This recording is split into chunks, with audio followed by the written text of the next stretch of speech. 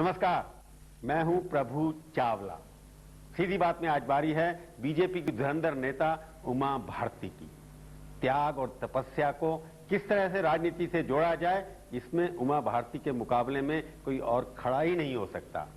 इस नए त्याग पत्र की नई यात्रा को वो अपनी नई राजनीति से कैसे जोड़ेंगी, आइए इन्हीं सभी मुद्दों पर करते हैं साध्वी उमा भारती से ही सीधी बात। उमा जी, आपका स्टूडियो में स्वागत है। धन्यवाद नहीं करना आपको मेरा जब भूल गई जेल में रहने के बाद मुस्कुरा दी तो समझ लीजिए धन्यवाद हो गया। जेल में रहकर कोई नई चीजें सीख गई क्या? मुस्कुराना ही धन्यवाद है। तो आपने जेल में रहा, कुछ अच्छा सेहत बनी आपने, कुछ नई चीजें सीखी आपने जेल में रहने के बाद? एक तो मैं जेल में थी नहीं, वो तो नोटिफाइड जेल थी। एक जगह को उन्होंने जेल घोषित किया हुआ था, वहाँ पर मैं थी। अच्छा। और वहाँ पर कोई परेशानी तो थी नहीं, सिवाय इसके कि 2 कमरे थे छोटे छोटे, और वो ये कहते थे कि उन दोनों कमरों से बाहर नहीं जाना है, तो मैं नहीं जाती। मुझे लगता नहीं कि आपने ये भगवा कपड़े पहनती हैं, शुरू से 8-9 साल की उम्र से देखते आ रहे हैं हम आपको, आपके भाषण बहुत बार सुने हैं। तो भगवा के साथ तिरंगा जो उठा लिया आपने, इसका मकसद समझ नहीं आया। देखिए, मैंने तो उठाया नहीं, मुझसे उठवाया गया। भगवा जो आपका है उसकी क्रेडिबिलिटी खत्म हो गई है क्या, इसलिए तिरंगा उठा लिया आपने? तिरंगे में भी भगवा है, सफेद भी है और हरा भी है, उसमें तीनों है। देखिए, इस देश के लिए एक बहुत बड़ी चिंता की बात हो गई है। अभी तक कांग्रेस ने लगभग वो सारी चीजें जो कि राष्ट्र के सम्मान के साथ जुड़ी थी उनको सांप्रदायिक करार दिया। जैसे कि वंदे मातरम, उसको उन्होंने सांप्रदायिक करार दिया। जैसे कि अयोध्या का आंदोलन, उसको उन्होंने सांप्रदायिक करार दिया। अब शेष रह गया है तिरंगा। वैसे तो बहुत सारे उदाहरण हैं। अब जनसंख्या नियंत्रण देखिए, उसको भी उन्होंने सांप्रदायिकता की लपेट में ले लिया। एक कहावत सुनी आपने, कौवा चला हंस की चाल, अपनी चाल भूल गया। आप लोग के हिंदुत्व, भगवा, पिछले 55 साल से आपकी पार्टी, संघ परिवार जिससे आप संबंधित हैं, सिर्फ भगवा लेके चलते, तिरंगा तो कभी देखा नहीं मैंने कहीं तक। तो ये आप अपना चाल बदलने की मुद्दे आप बदलते चली जा रही है। मैं सबसे पहले तो कौवा शब्द पे आपत्ति करूंगी, क्योंकि कौवा हंस की चाल नहीं चला है। मैं तो हंस ही हूँ। कौवा तो सोनिया गांधी है, और इसलिए कौवा है क्योंकि बड़ी त्यागी बनती थी, और पूरी दुनिया में खास करके आज तक वालों ने तो रिकॉर्ड तोड़ दिए थे सोनिया गांधी की प्रशंसा करने में कि प्रधानमंत्री का पद ठुकरा दिया, भारी त्यागी और तपस्विनी है, और बाद में यूपीए की अध्यक्ष बनकर के कैबिनेट मिनिस्टर का रैंक प्रधानमंत्री तो नहीं बनी ना। कौवा ने हंस बनने की कोशिश तो 13 मई को की थी। हम तो हंस ही। सोनिया की बात मैं आपसे बाद में करूँ, मैं आपसे कह रहा हूँ कि आपके मुद्दे जब भी कोई उठाते हैं, अयोध्या की तो आप प्रचारक थी और सबसे पहले पहुंची वहां, काफी काम किया आपने अयोध्या के लिए, वो भूल गई आप। 370 भूल गई आप, यूनिफॉर्म सिविल कोड भूल गई आप, उसके लिए तो इस्तीफे देने की जरूरत नहीं पड़ी आपको। एक तिरंगा मिल गया, ये 2 साल पुराना केस है। भाजपा ने एनडीए में जब उमा भारती की बात नहीं भाजपा की बात करूँ, उमा भारती भी एक पर्सनैलिटी क्राइसिस बना हुआ है आपकी जिंदगी में। ना क्राइसिस आपके माइंड में, आप लोगों को अपना माइंड साफ रखना पड़ेगा। जब भारतीय जनता पार्टी ने तय किया तो पार्टी की एक कार्यकर्ता के नाते मैंने भी पार्टी के उस भाव का समर्थन किया कि 370 यूनिफॉर्म सिविल कोड ये भारतीय जनता पार्टी के मुद्दे रहेंगे, लेकिन एनडीए का एक कॉमन मैनिफेस्टो रहेगा। लेकिन ये ध्यान रखिएगा कि भारतीय जनता पार्टी के कार्यकर्ताओं ने समर्थन किया था एनडीए के एजेंडा का, समर्पण नहीं किया था एनडीए के एजेंडा को। नहीं, आप तिरंगा यात्रा शुरू कर रही हैं, तिरंगा यात्रा के लिए, अयोध्या के लिए तो शुरू नहीं कर रही। मैं शुरू अयोध्या से किया। नहीं, अयोध्या का नाम तो नहीं लेंगे आप अपनी यात्रा के दौरान कि अयोध्या में राम मंदिर भी बनना चाहिए? मैंने अभी कहा आपको। नहीं, आप यहाँ कह रही हैं, यात्रा के दौरान भी ये बात उठाने वाली है? क्या पता, आप जैसा कोई व्यक्ति सवाल करेगा तो मैं तो जवाब दूंगी। वैसे आपके मन में नहीं है ना कि राम इश्यू नहीं है? आप मेरे मन में आप नहीं झांक सकते। मैं तो पब्लिक की बात कर रहा हूँ, नहीं झांक सकती। पर एक लगता नहीं कि उमा भारती को भी बहाना चाहिए था, क्योंकि आप जो हैं एक त्यागी हैं, एक तपस्वी हैं। आपसे एक सवाल पूछूं प्रभु? मैं सवाल पूरा करूँ ना? अच्छा चलो। मेरे को लगता है कि आप जो हैं एक त्यागी हैं, तपस्विन हैं, शासक कभी नहीं बन सकती। इसे जब शासक बनाया जाता है आपको, तो आपके मन में दुविधा हो जाती है, अपनी दुश्मन खुद बन जाती है। इस्तीफा यहाँ भी आपको एक बहाना चाहिए था, इस्तीफा दे दिया आपने। अब मैं आपसे एक सवाल पूछूं? जवाब तो दे दो ना पहले। नहीं, मैं उसी में सवाल नहीं जवाब। चलो, हर सवाल का जवाब ही सवाल है। त्यागी और तपस्वी होने का दावा मैंने कभी किया नहीं। लोग कहते हैं, हम नहीं समझते हैं। एक सेकंड, मेरे खिलाफ गिरफ्तारी का वारंट था। अब मैं तो या तो बेशर्मी से पद पे बनी रहती, और या फिर मैं मुख्यमंत्री रहते हुए गिरफ्तारी देती। तो मुख्यमंत्री रहते हुए गिरफ्तारी देना, मैं स्वयं संविधान की मर्यादाओं का उल्लंघन करती और पद की गरिमा को ठेस पहुंचाती। तो मेरे सामने इसके अलावा उपाय क्या था? दूसरी बात, मुझे एक बात समझनी है, और मुझे आपसे तो खास करके पूछना है, क्योंकि 13 और 14 मई को जो मैंने आज तक पे देखा है, जिसमें आपने सोनिया गांधी को बहुत बड़ी त्यागनी, तपस्विनी और संतनी घोषित कर दिया, आप लोग का मन कब ठीक होगा? आप विदेशी व्यक्ति को त्यागी कहते हैं और अपने देशी व्यक्ति को ड्रामा बताते हैं, उसको कहते हैं कि वो किसी काम के लायक नहीं। ये तो वही मन है जिसके कारण इस देश पे अंग्रेजों ने राज किया। उमा जी, आप हमारे क्यों ब्लेम करते हैं? इस देश की जनता को कोसिए ना, कि आपने जनता सोनिया तो गांधी का नहीं नाम कर उठाया, सकती। जनता तो मेरे साथ खड़ी। जनता ने आपको 180 से 138 पे लाके खड़ा कर दिया। आप भूल रहे हैं कि सोनिया गांधी को प्रधानमंत्री बनाने की घोषणा की ही नहीं इसके पहले लोगों ने। छोड़िए, आपकी पार्टी को मैं कुछ और 183 से कह रही। लेकर के 138 पे लाके खड़ा कर दिया आपको। उसके अलग कारण ये जनता ने किया या आज तक नहीं कराया? हम कुछ और कह रहे हैं, उसके अलग कारण होंगे। अभी तक इस देश में सोनिया गांधी हमारी प्रधानमंत्री होंगी ये कह करके चुनाव लड़ा ही नहीं गया। वो तो छल कपट और चालाकी से सोनिया ने प्रधानमंत्री बनने की कोशिश की। पर ये बताइए, जो मैंने आपसे सवाल पूछा कि आप त्याग देकर के इसलिए आ गए क्योंकि आपसे शासन नहीं चल रहा था वहां पर, आपको बहाना चाहिए था कि वहां से निकल करके एक मैं मार्टर बन जाऊं, एक बहुत बड़ी अब चीज बन आप ये जाए। सोचते होंगे कि ऐसा आपके दुश्मन कह रहे हैं, मैं नहीं कह रहा ये। नहीं, दुश्मनों को छोड़ दीजिए। आप ये सोच रहे हैं कि मैं अपनी प्रशंसा करूं, तो मैं आपको एक ही बात याद दिलाऊंगी कि मेरे मुख्यमंत्री बनने के ठीक 5.5 महीने के बाद लोकसभा का चुनाव हुआ और मध्य प्रदेश में रिकॉर्ड मतों से भारतीय जनता पार्टी वहां लोकसभा में जीत के आई, जबकि बाकी देश में ऐसा नहीं हुआ। मध्य प्रदेश, राजस्थान में भी जीती है, छत्तीसगढ़, मध्य प्रदेश और राजस्थान, तीनों में 3 जीती। जगह पे जीत करके आए। गुजरात तो में आप उन तीनों को अच्छा शासक कहोगे कि नहीं? नहीं, अभी नया चुनाव। राजस्थान और छत्तीसगढ़ नहीं, ऐसे नहीं, 5.5 महीने के बाद चुनाव हुआ और 5.5 महीने असेसमेंट के लिए बहुत होते, इसलिए मुझे आपकी छाप की जरूरत नहीं और ना आपसे मुझे सर्टिफिकेट चाहिए। मुझे जनता ने दिया 29 में से 25 सीटें देकर जनता ने बताया कि मैंने बहुत अच्छा काम किया। आप लोगों से, आप लोग तो सिर्फ सोनिया गांधी को सर्टिफिकेट दे पाओगे, मेरी तो आलोचना ही करते रहोगे। सोनिया गांधी के मुकाबले में आप खड़ी हो रही हैं, सोनिया गांधी के सामने खड़ा कर दिया आपने। मुकाबले में खड़े होकर के नीचे हो जाऊंगी मैं। नहीं, आप बार बार सोनिया का नाम लिए जा रहे हैं, मैं सोनिया के बारे में पूछूंगा आपसे, क्योंकि आपके दिमाग में तो वही है, क्योंकि आप सारे सवाल उसी को ध्यान में क्योंकि आपके पास जो सवाल में पूछना था जवाब है नहीं, आप सोनिया का नाम ले। मुझे आपसे नाराज आज सोनिया को शिकंडी बनाने की कोशिश कर रही है वो। मैं Shikhandi, I am sorry, no, बनाने की कोशिश कर रही है आप। उनके एक महिला है, नहीं, उनको आप खड़ा करके अपने सामने जो है, एक महिला है, मैं उनको शिखंडी नहीं बना। नहीं, आप उनका कवर क्यों पहन रही हैं? उनको क्यों डिफेम के नाम से आप? मैं उनका कुछ नहीं पहना। आपने ऐसा अच्छा क्या काम किया था मध्य प्रदेश में जिससे लगता था कि लोगों को कहना है कि आप सत्ता छोड़कर? आपको ये मालूम है कि मेरे मुख्यमंत्रित्व काल में जो संघर्ष हुआ है, कहते हैं 55 साल में वैसा नहीं हुआ। एक प्रशासन, एक एडमिनिस्ट्रेटर की जो छवि होती है ना, वो इसी में होती है कि वो एक बहुत बड़े मैनेजमेंट को 1 महीने तक हमने 3 करोड़ लोगों की मेहमानदारी की, वो कैसे की होगी? प्रतिदिन वहां 77 लाख बच्चे भोजन कर रहे हैं। भारत में मध्य प्रदेश ही एक ऐसा राज्य है जहां मिड डे मील स्कीम चल रही है और दलिया नहीं खा रहे बच्चे, दाल रोटी चावल सब्जी खा रहे हैं। लॉ एंड ऑर्डर में तो आपके खुद के इंडिया टुडे ने अपने ही डाटा में बताया कि मध्य प्रदेश बेहतर हो गया, निवेश में बेहतर हो गया। आपका इस्तीफा जो है इसलिए नहीं था कि आप एक अच्छी शासक नहीं थी, इसलिए था कि आपको एक त्याग देना था, आपको अपना एक एग्जाम्पल सेट करना, राजनीति में एग्जाम्पल सेट करना था। नहीं प्रभु, मुझे कोई सफाई नहीं देनी है, लेकिन हाँ ये जरूर था कि मैं संविधान की मर्यादा का हनन नहीं कर सकती। चलो, आपकी मैं मुख्यमंत्री रहते हुए गिरफ्तारी नहीं दे सकती। चलो, मैं मान लेता हूं आपको मुख्यमंत्री बनते इस्तीफा देना चाहती थी पर गिरफ्तारी नहीं देना चाहती थी। इसके अलावा आपके मन में और भी कई चीजें होंगी जिसके ऊपर हम चर्चा करेंगे एक छोटे से ब्रेक के बाद। सीधी बात में आपका एक बार फिर से स्वागत है। आज हम बातचीत कर रहे हैं बीजेपी की नई फायर ब्रांड नेता उमा भारती से। तो आप बार बार सोनिया जी का नाम ले रही हैं, मैं उसी से शुरू करना चाहता हूं कि आपका अब एजेंडा क्या है? आपने तिरंगा एजेंडा उठा लिया, भगवे कपड़े पहन लिए, एजेंडा क्या है आपका? भगवे कपड़े तो मैंने पहने थे आज से बहुत पहले, 9 साल पहले, कोई अभी नहीं पहन लिए। नहीं, मैंने 9 साल की अवस्था में नहीं पहनी, मैंने संन्यास लिया है 92 में। तब से आप 17 नवंबर 1992 को मैंने संन्यास। और उसके बाद राजनेता भी बन गए। मेरे गुरुजी हैं पेजावर स्वामी जी, कर्नाटक। नहीं, एमपी में उसके पहले थी। जब मैंने संन्यास लिया तो मैं सेकंड टाइमर थी, दूसरे समय पे जीती हुई एमपी थी, इसलिए भौतिकता से संन्यास ले लिया। आप ऐसा करिए, संन्यास मेरा बहुत निजी विषय है, मैं उस पर डिस्कस करना नहीं चाहता, मैं डिस्कस कर भी नहीं सकते हैं क्योंकि मेरा पर्सनल विषय। आप उससे मतलब मत रखिए। जैसे आपने ग्रे कपड़े पहन रखे, मैंने गेरुआ पहन रखा, ऐसा आप मानिए, आप कपड़ों पर मत जाइए। आप बात करिए, आप बात क्या? मैं ये कहना चाहता हूँ कि आपका अब मकसद क्या है? जब तक भी आपने त्याग पत्र दिया और यात्रा जो आपके यहाँ निकलती है। मेरा मकसद है इस देश की जनता को, कांग्रेस को जवाब देना होगा कि उसने तिरंगे को सांप्रदायिक कैसे बना दिया।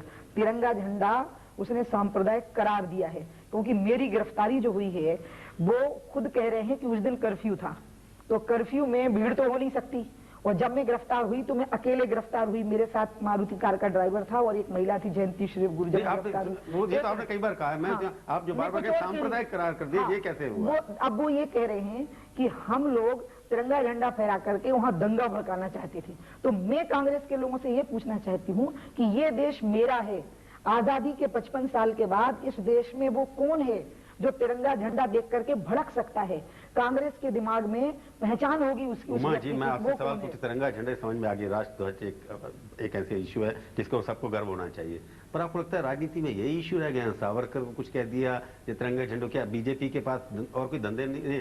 इश्यूज नहीं है? नहीं, हमारे पास इशू थे। हमने सड़क, बिजली, पानी पर मध्य प्रदेश का चुनाव लड़ा था। आप मध्य प्रदेश चुनाव जीते, बाकी अटल जी जब सरकार में थे तो अटल जी ने इस देश में कुछ ऐसे काम किए जो इसके पहले कभी नहीं हुए। उसके बाद वोट नहीं दिया ना लोगों ने आपको। आप ये बताइए, इशू बनाता कौन है? वीर सावरकर की जो वाक्य वहां लगे हैं उसको हटा दो। ये हमने किया कि मणिशंकर अय्यर ने? उसके बाद मनमोहन सिंह ने कह दिया, चीफ मिनिस्टर कह दिया, क्या उसका व्यक्तिगत ओपिनियन, उसके बाद खत्म करिए उस इशू को। अगर वो व्यक्तिगत मानते हैं, उस इशू को खत्म करना चाहते हैं, तो मैं आपके माध्यम से मनमोहन सिंह को सलाह दूंगी कि वो अंडमान निकोबार जाएं और लगा दें वो वापस वहां पे जो हटा दिया गया, तो इशू खत्म हो जाएगा। ये इशू को खत्म नहीं करते, जैसे अयोध्या में है, मैं कहती हूँ कि राम मंदिर बनवाओ, खत्म करो, झगड़ा खत्म हो जाएगा।